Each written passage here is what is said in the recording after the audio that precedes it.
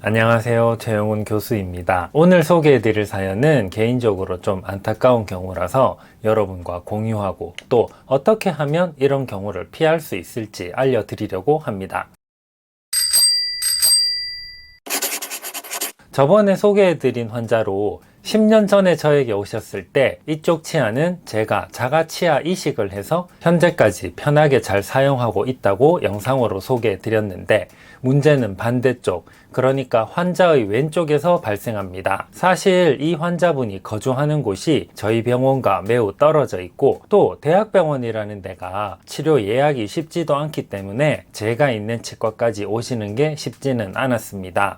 결론적으로 이분은 저에게 치아 이식을 받고 10년 동안 오시지 못했는데, 그 10년 동안 왼쪽에서 일어난 일이 좀 충격적이었습니다. 사진을 비교해서 보시면 10년 전에는 없었던 임플란트가 10년 후에는 4개로 늘어나 있습니다. 이 부분은 10년 전에도 치아가 없었던 곳이니까 여기에 임플란트를 한 건 참 잘하신 일이죠. 문제는 나머지 3개인데, 물론 치아가 하루아침에 부서질 수도 있고 충치가 갑자기 심해지는 경우나 또 다른 이유로 치아를 뽑을 수는 있는데, 10년 전에 이 정도의 상태였던 치아들이 다 발치되고 임플란트로 대체되었다는 점이 좀 아쉬워서 소개해 드립니다.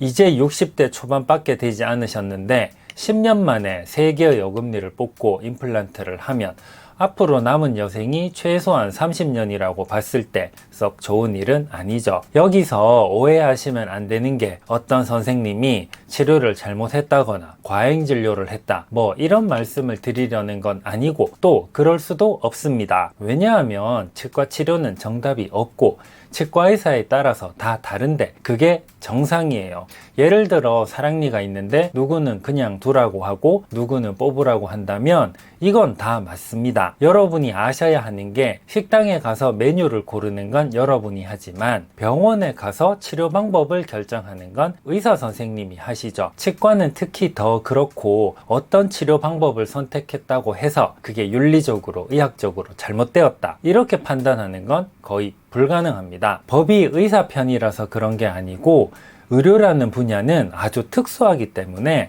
치과 의사의 결정, 그러니까 어떤 치료를 하기로 했다는 사실을 과실로 판단하는 건 거의 불가능하죠. 이 환자분도 발치를 하고 임플란트를 할 수밖에 없었던 상황이 있었을 거고, 그걸 근거로 판단하고 치료 계획을 세웠고 결정적으로 환자분이 동의하셨기 때문에 아쉬운 점이 있긴 하지만 잘못된 건 아닙니다. 단 제가 말씀드리려는 건, 우리가 평균 수명이 길어지고 가능하면 자연 치아를 살려서 오래 쓰는 게 삶의 만족도도 높고 경제적으로도 장기적으로 이득이라는 점입니다. 결론은 자연 치아를 살려보는 시도를 해보았으면 이렇게까지 되지 않았을 수도 있지 않을까 생각드는 게, 그렇지만 시간을 되돌릴 수는 없고 말 그대로 아쉽다고 밖에 할 말이 없죠. 그래서 제가 여러분께 드리고 싶은 말씀은, 자연 치아를 살리고 싶으면 전문가를 찾아가시라는 말씀입니다. 제가 강조하는 건 전문의가 아니고 전문가,